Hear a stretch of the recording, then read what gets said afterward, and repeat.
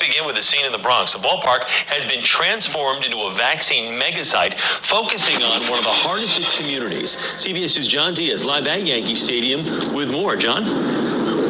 Yeah, good afternoon, Chris. And after talking to numerous people here in line throughout the day, it is clear that they see this opportunity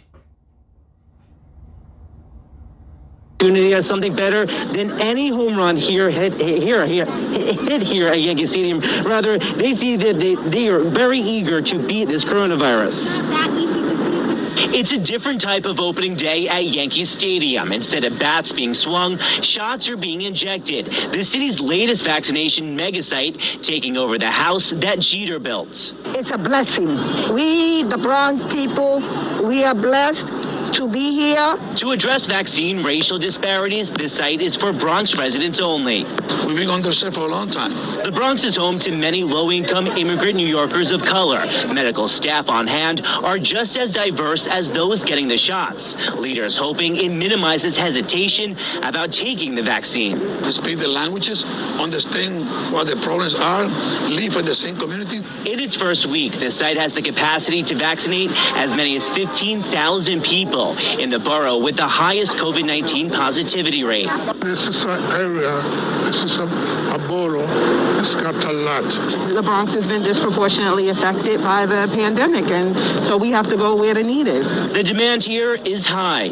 I came here 3 o'clock in the morning to try to get my appointment. Margarita Perez of Riverdale has an appointment, but still arrived here 2 hours early. I want to be sure that I got it. And long snaking lines in the rain met with frustration. I've been out here since it was dark. This woman says she was denied a vaccine. I had an appointment. They can't find me. I'm giving them my information, but that's it. And while the mayor's office says it sent canvassing teams to help get hundreds of people signed up, many in line saying the city could do a better job about getting the word out. People don't have access to the internet. Wifey here is computer savvy. If it was up to me, forget it. I'm still stuck in the olden age. Now, this site is open from 8 a.m. to 8 p.m. 7 days a week. For more information on how to book an appointment, you can head over to our website, cbsnewyork.com. We're live this afternoon from the Bronx. John Diaz, CBS 2 News. Okay, John, good to see even some Met fans. Shalom, giving all praises, honors, and glories unto Yahweh, Ba'ashem Yahushai, Ba'ashem Mukakwadash. Double honors to the apostles and elders of Great Millstone. And shalom to the sincere and hopeful elect. You brothers out there that's prophesying in the true name and in the true doctrine about the times we're in and headed to, for the kingdom of heaven is at hand. And to those women and children, that consist of the 1/3 of believe, I say shalom, this is your brother Kodash Paya.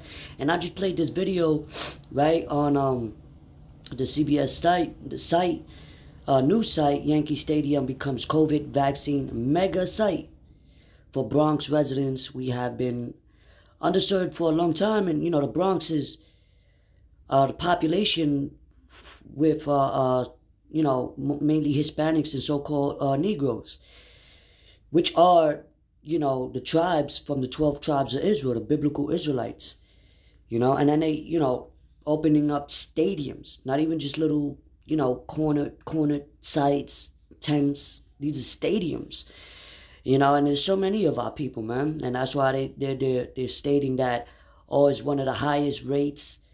Around the neighborhoods where our people's at. It's the highest rates because they're trying to target our people. Look at these so-called white people neighborhood, Edomites.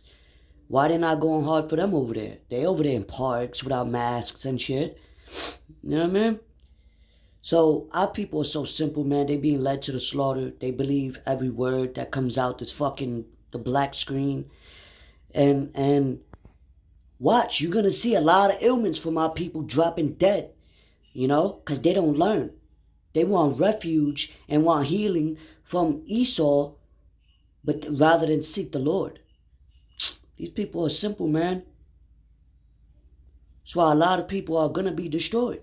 Thus saith the Lord. The scriptures. Why? Because they, like it tells you in Isaiah. Let's get that, man.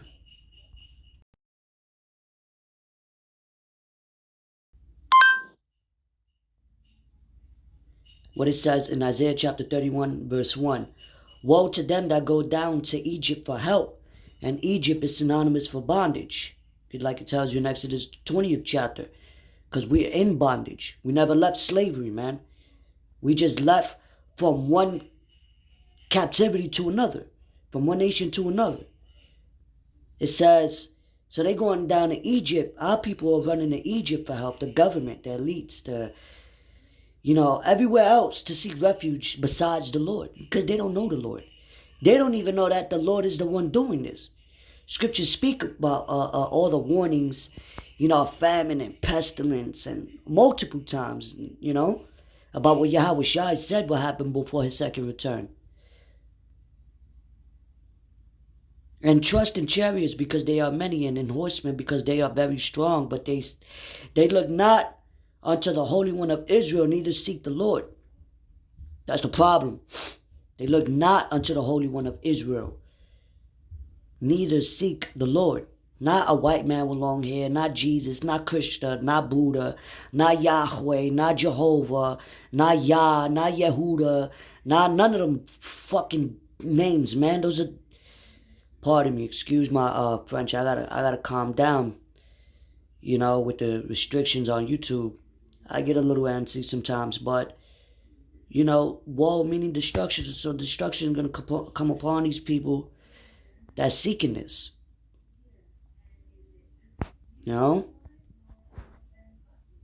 But anyway, man, just wanted to bring that out because this is all resulting to a RFID chip. Market of beats, man. Everything's going digital. But right now, these are trial runs, like it tells you in the word temptation. The word temptation in the book of Revelation, chapter 3, verse 10. Temptation going into what? Like experiment, trials.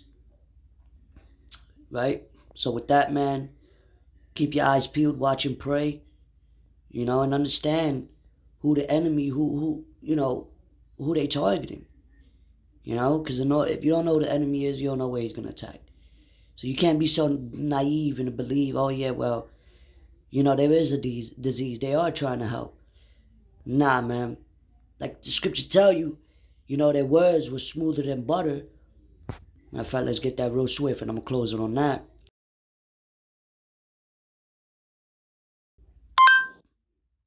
This book of Psalms chapter 55 verse 21, the words of his mouth were smoother than butter, but war was in his heart, meaning in his mind, la'ab in the Hebrew mind. So war was in his mind. He had ulterior motives, right? His words were softer than oil, yet were they drawn swords. What? Meaning they brought out their Gatling guns. They brought out their swords. They brought out their traps.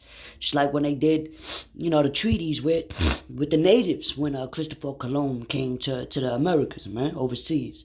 And what they did, conquer our people. Why? Because our people were so naive and trustworthy to where they turned their backs and the enemy stabbed them right in their backs. So these things have been going on for generations now, man. With that, say Shalom. Look at the simplicity of these people. Let's go.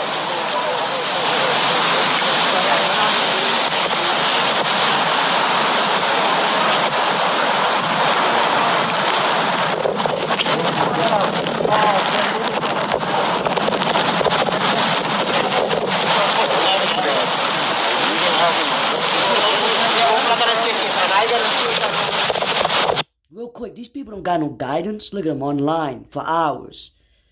So why the Lord need to come back, man, for true healing and to, really, he's going to put the spirit in his men, to lift up that standard, man, the spiritual abilities. And then people going to know, the power of the Lord, that the winds and the sea obey him. And you're going to go get a needle? Come on, man. Come on, man. These people don't understand the power we're dealing with. Anyway, with that, I'm going to say Shalom.